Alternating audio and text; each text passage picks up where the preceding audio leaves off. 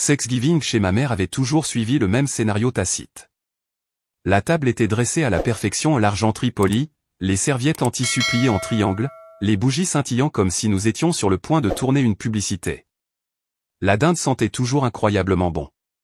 Tout comme les brioches à la cannelle, les patates douces, la tarte. En surface, tout n'était que chaleur et tradition, mais en dessous, c'était un théâtre, et mon frère Brad en était toujours la vedette. Il était assis au bout de la table comme chaque année, penché en arrière avec cette confiance désinvolte et facile qui donnait l'impression qu'il était à sa place. Brad n'avait pas besoin de faire d'efforts. Il n'en avait jamais eu besoin. Les gens lui faisaient de la place sans qu'on le leur demande. Et ma mère, Diane, eh bien, elle s'assurait que les projecteurs restaient fermement braqués sur lui. Sa voix s'illuminait chaque fois qu'elle prononçait son nom. Ses histoires semblaient toujours revenir à quelque chose que Brad avait accompli, acheté une voiture, obtenu une promotion, signé pour une maison. On aurait dit qu'il avait guéri le cancer à la façon dont elle parlait de lui. Et moi? J'étais Nathalie, la discrète, celle qui aidait à débarrasser les assiettes, celle à qui personne ne posait jamais de vraies questions. Cela commençait toujours de la même manière. Une fois les assiettes remplies et les banalités échangées, Diane se penchait en avant avec cette lueur familière dans les yeux, celle qui signalait qu'elle avait une annonce à faire, une performance à commencer. Elle levait son verre de vin comme une baguette de chef d'orchestre, prête à diriger l'admiration de la salle. Alors, dit-elle, étirant le mot comme une indication scénique. Brad vient de signer pour la plus belle maison. 4 chambres, une cuisine rénovée. Le jardin est à tomber par terre. C'est un véritable investissement, vous savez. Quelque chose avec un avenir. La pièce fredonna une approbation prévisible. Tante Barbara eut un petit hoquet de plaisir. Ma cousine Lisa applaudit doucement. Brad, bien sûr, ne leva pas les yeux de son assiette.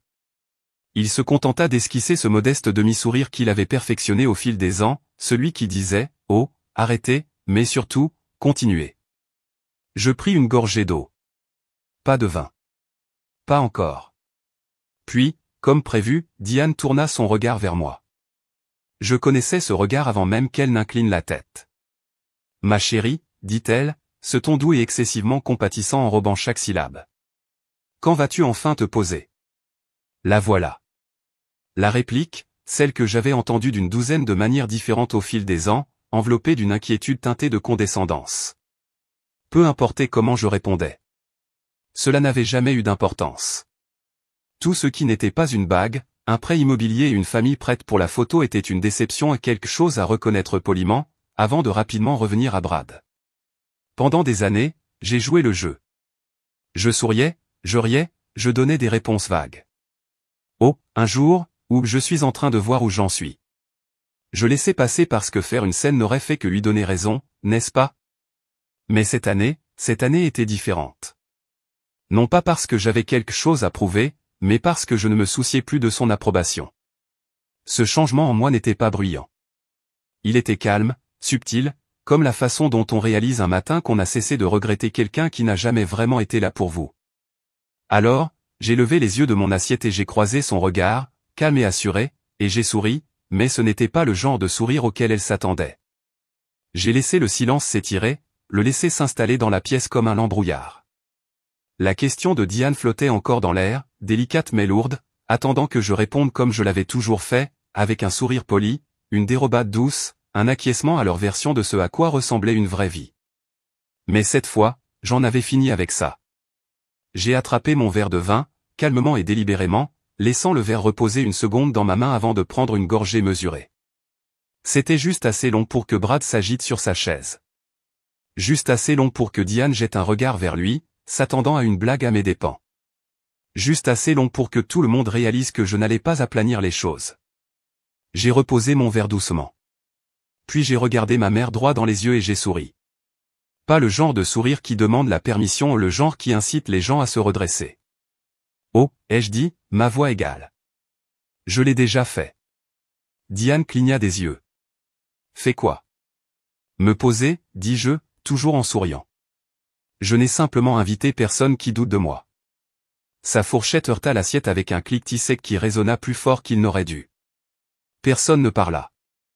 Ni tante Barbe, ni Lisa, ni même Brad. Ils me regardaient tous comme si je venais de dire quelque chose d'indécent ou d'impossible. La bouche de Diane s'entr'ouvrit légèrement, ses yeux écarquillés de confusion, comme si l'idée même que j'ai une vie en dehors de ce qu'elle savait n'était pas seulement étrange, mais offensante. Je n'ai pas détourné le regard. Je l'ai laissé mariner là-dedans, avec toutes les suppositions qui venaient de se briser comme du verre fin, avec le message silencieux derrière mes mots, tu ne m'as jamais vu. Tu n'as jamais demandé, et je n'ai pas besoin que tu le fasses.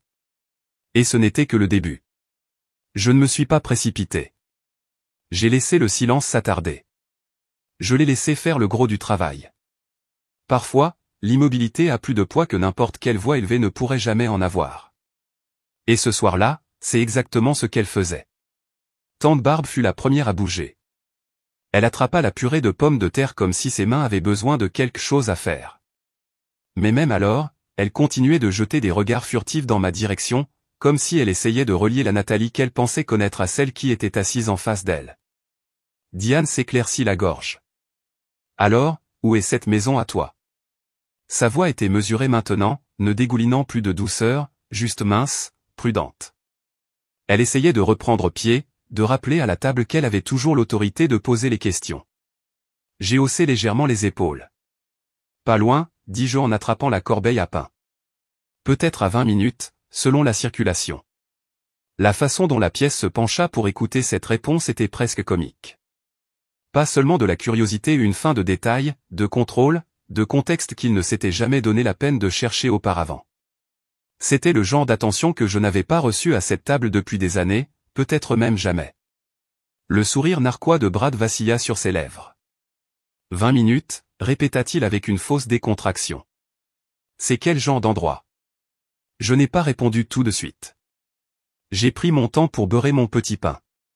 Puis, toujours calme, toujours parfaitement imperturbable, j'ai dit, un peu plus de 370 mètres carrés. C'est à ce moment-là que l'énergie a changé pour de bon. Lisa laissa échapper un léger sifflement. Barbe cligna des yeux avec force. La main de Diane se crispa sur sa fourchette. Même Brad se pencha légèrement en arrière, sa mâchoire se tendant alors qu'il assimilait le chiffre. Ce n'était pas une vantardise. Je ne l'ai pas dit comme si c'était impressionnant. Je l'ai dit comme si c'était ordinaire, comme si ce n'était qu'un fait. Et c'est cela, plus que le chiffre lui-même, qui les a déstabilisés. Diane força un sourire. Eh bien, cela semble spacieux, dit-elle. Mais ne penses-tu pas que c'est un peu excessif pour quelqu'un de seul? La voilà.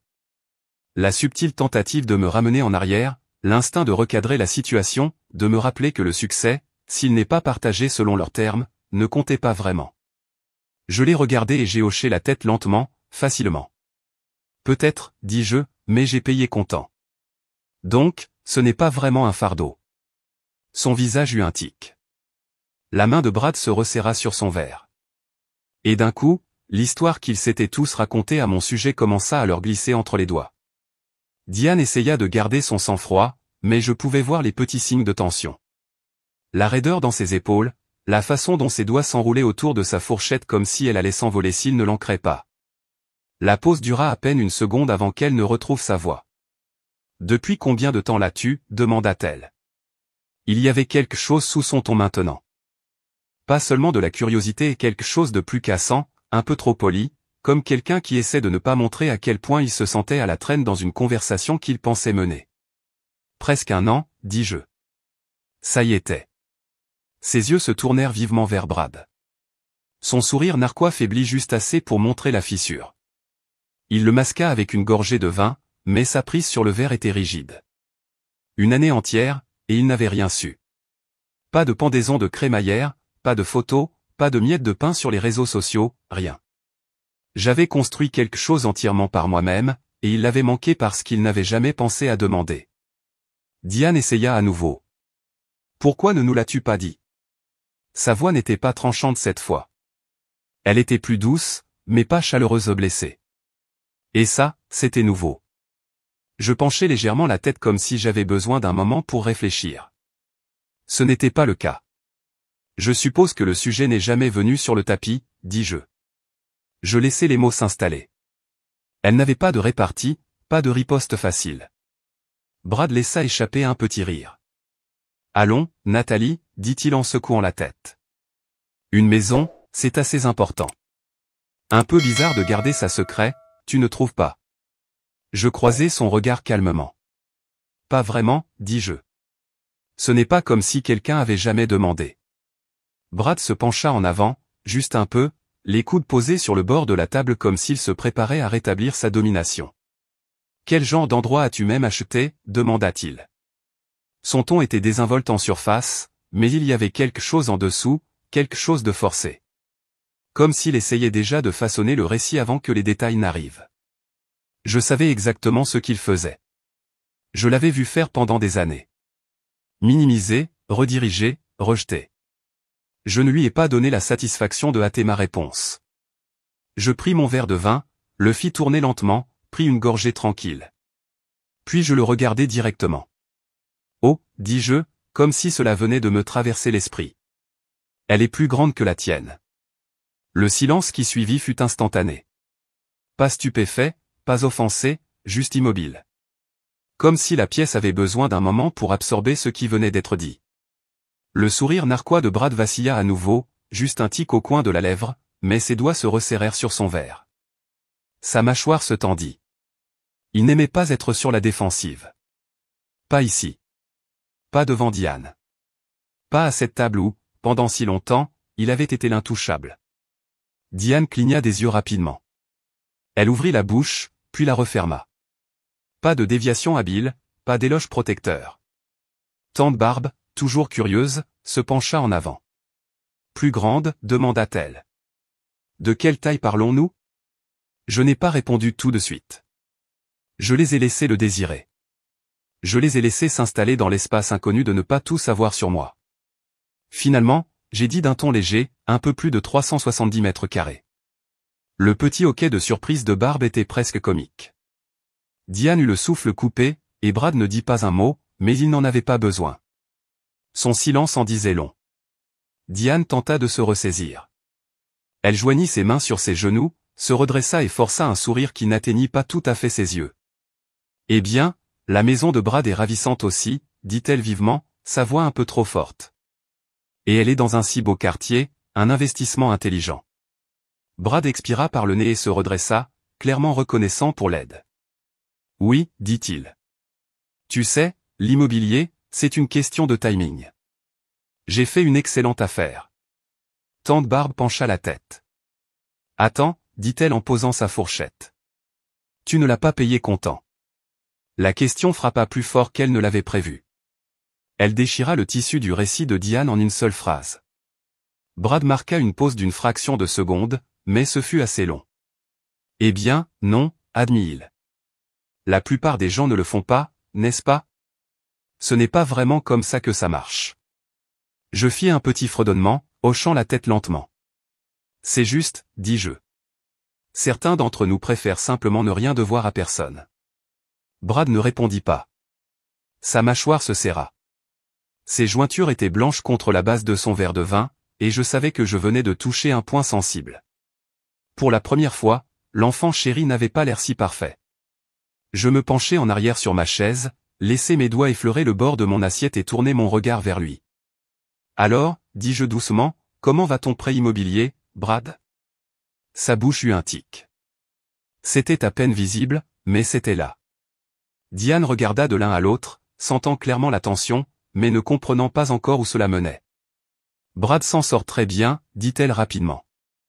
Il est responsable. Il l'a toujours été. Je penchai la tête. Vraiment? Les yeux de Brad se tournèrent vers moi, plissés. Tu aimes parler de succès, dis-je d'un ton égal. Tu aimes faire comme si tu avais tout compris.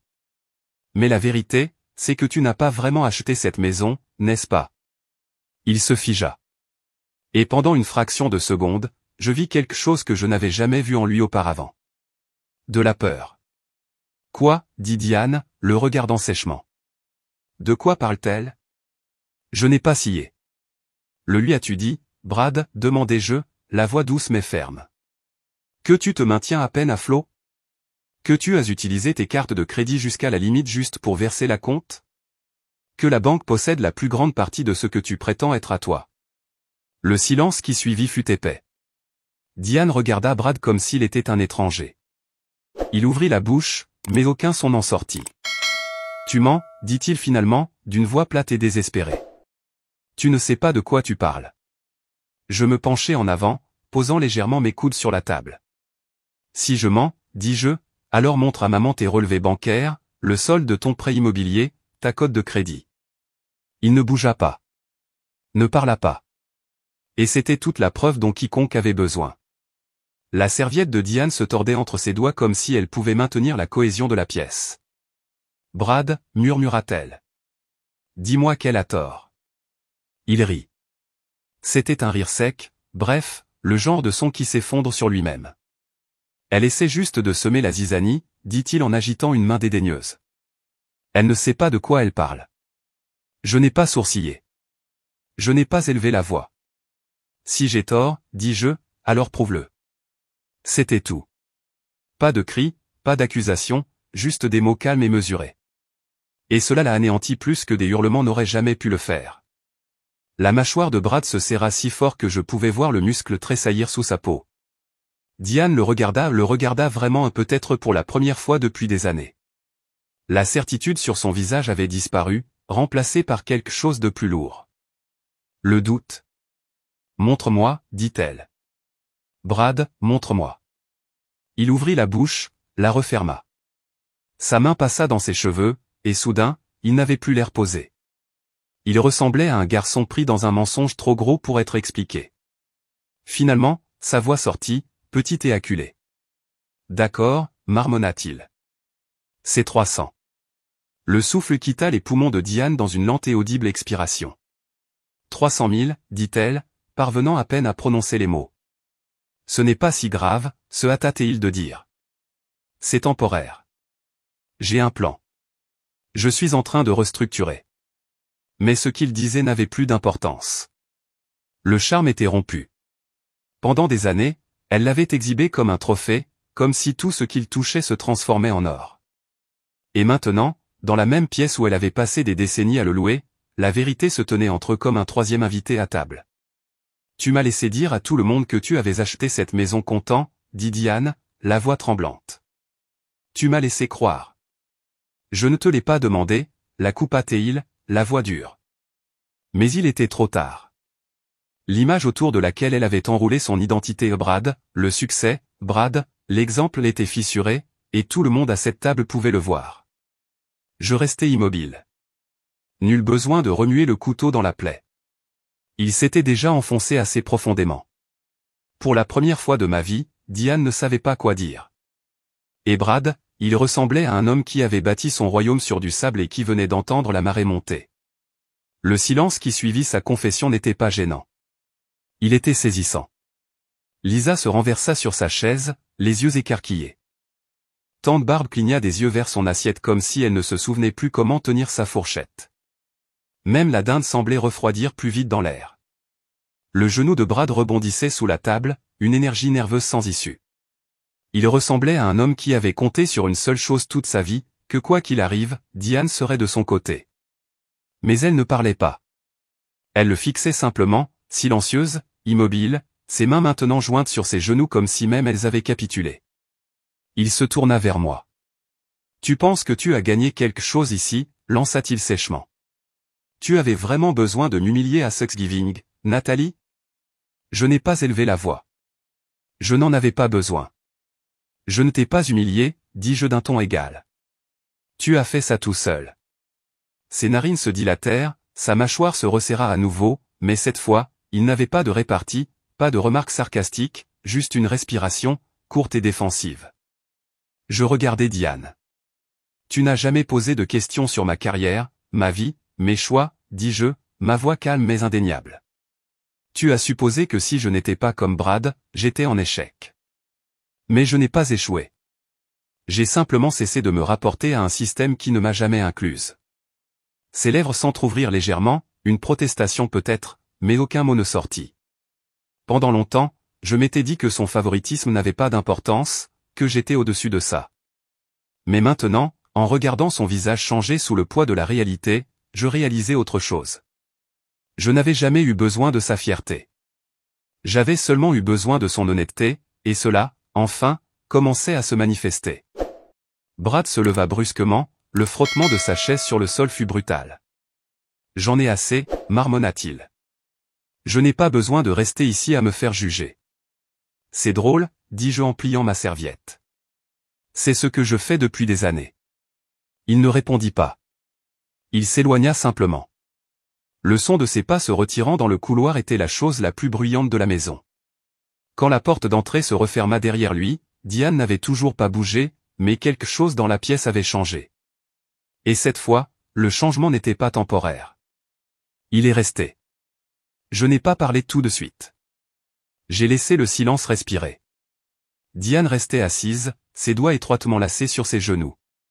Ses yeux n'avaient pas quitté l'embrasure de la porte où Brad avait disparu, mais son expression, si. Plus fière, plus assurée, juste perdue. Pour une fois, la personne laissée dans la pièce avec elle n'était pas celle qui avait besoin de s'expliquer. C'était elle. Tu as toujours supposé que j'étais à la traîne, dis-je doucement. Tu n'as jamais demandé où j'allais vraiment. Son regard se tourna alors vers moi, lentement, comme si elle n'était pas sûre de vouloir croiser mes yeux, mais elle le fit. Penses-tu vraiment que je ne me suis jamais soucié de toi, demanda-t-elle. Et il y avait quelque chose de plus doux dans sa voix, de mince, presque élimé. Je pense que tu te souciais de la version de moi que tu pouvais comprendre, répondis-je. Celle qui ne remettait pas en question ta vision du succès. Celle qui te laissait tout mesurer en mètres carrés, en titre de poste et en histoire polie que tu pouvais raconter à tes amis. Elle cligna des yeux une fois, deux fois, puis baissa les yeux vers ses mains. Tante Barbe s'éclaircit la gorge. Nathalie, dit-elle doucement. Pourquoi n'as-tu dit à personne ce que tu construisais? Je souris. Pas amère, pas suffisante, juste honnête. Parce qu'aucun de vous n'a jamais demandé. Pas vraiment. Ils avaient posé des questions sur les vacances, sur le temps qu'ils faisaient, mais pas sur les longues nuits que j'avais passées à monter mon entreprise, pas sur les risques que j'avais pris ou les victoires que personne n'avait vues. Ils n'avaient même pas demandé si j'allais bien quand j'avais manqué 2 Thanksgiving de suite. Ils avaient juste supposé que j'étais à la dérive. Diane me regarda à nouveau, et cette fois je vis quelque chose que je n'avais pas vu depuis des années. Pas du regret et de la reconnaissance. Peut-être que pour la première fois, elle ne me voyait pas à travers le prisme de la comparaison. Peut-être que maintenant, elle voyait la femme qui avait tranquillement fait ce qu'aucun d'eux ne pensait qu'elle pouvait faire, et qui n'avait pas besoin d'eux. Je me levai lentement. Sans hâte, sans effet dramatique, juste le grattement silencieux de ma chaise et le poids de tous les Thanksgiving passés s'effaçant derrière moi. J'attrapai mon sac à main, fis glisser la lanière sur mon épaule et ajustai mon manteau avec un calme que je n'avais pas ressenti depuis des années. Personne ne parla. Diane ne m'arrêta pas. Elle ne me demanda pas de rester.